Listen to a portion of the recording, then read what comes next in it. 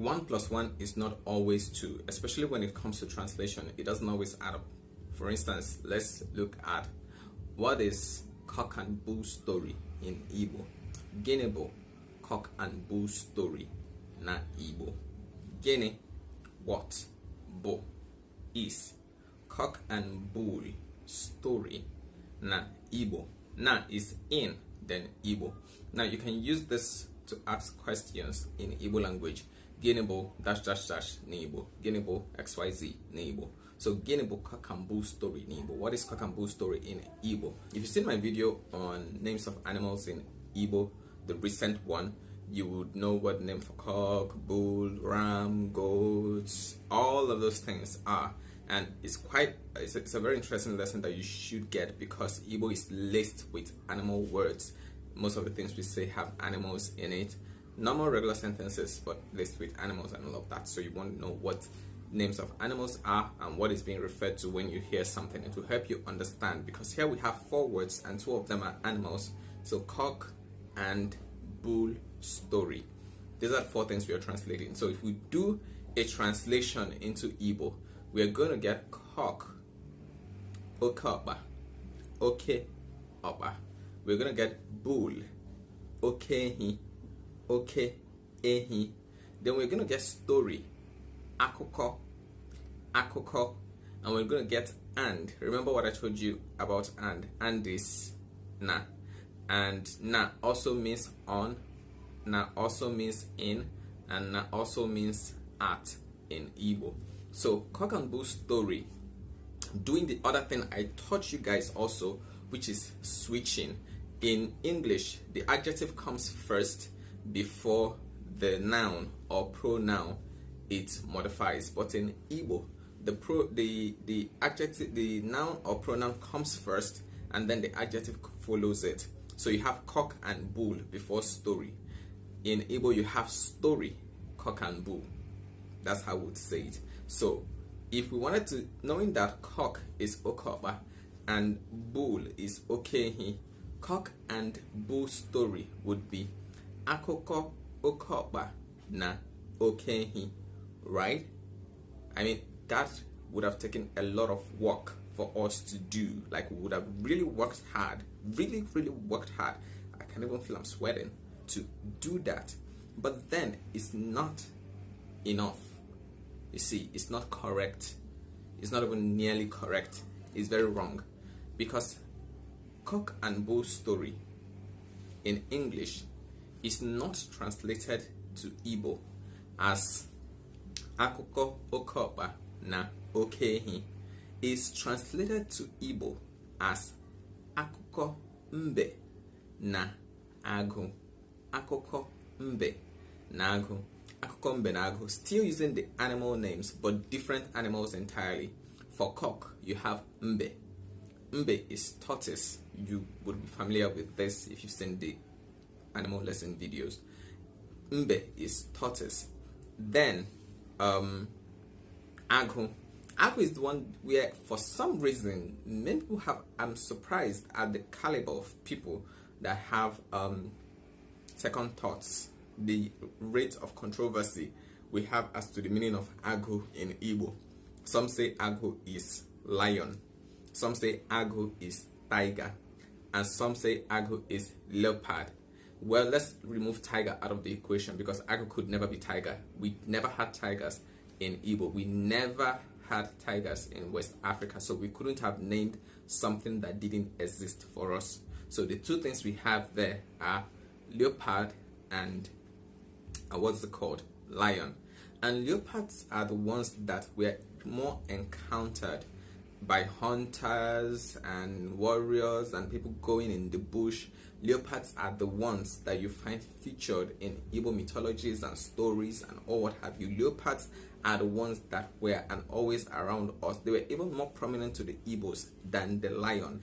But because of some Igbo people who were thinking in English, they were thinking of, you know, their symbolism. Every language, every culture has its symbolism.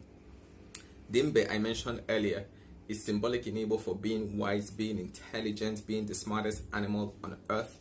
that would be the owl for English people. So English people, the owl is a symbol of wisdom. The owl is a symbol of intelligence. The owl. But the owl for us is ironically the symbol of ugliness. Nothing is as ugly as the owl. If you are called Ikwikwi, you are called a very ugly person. And if I called you Idianya Kikwikwi, I'm saying you have eyes like an owl, very ugly eyes. And that is not a compliment, it's an insult, it's an abuse, so that is the kind of discrepancies you have going from one culture to another. And then for some reason, some people began to attribute the name, the concept, and the ideas of Ago to lion. And that is why you have Isiago now has lion head drawn on it. But Isiago is the head of the leopard, because the leopard is what is called Ago. In Igbo, lion is called ọdụm. Ọdụm is lion in Igbo. Lion is called ọdụm in Igbo. And you can collaborate this with the English Christian Bible, where you see Jesus is called Ago, ọdụm Ebo Judah. ọdụm Ebo Judah. You see. So this controversy should not be there. Ago is not lion. Ago could never be lion. Ago is leopard. And ọdụm is what is called lion. Now back to the translation thing that we did. When you say cock and bull story, you say Akụkọ Mbe na Agụ, the story of tortoise and the leopard. Akụkọ Mbe na Agụ. Now see the differences in the kind of animals represented. It's the same thing. You're talking cock and bull. What cock and bull story means in English is what Akụkọ Mbe na Agụ means. So if I say you're telling me cock and bull story in English, I would interpret, if I were translating, if I were interpreting in a meeting, maybe I'm your translator, I would say in Agwam Akụkọ Mbe na Agụ.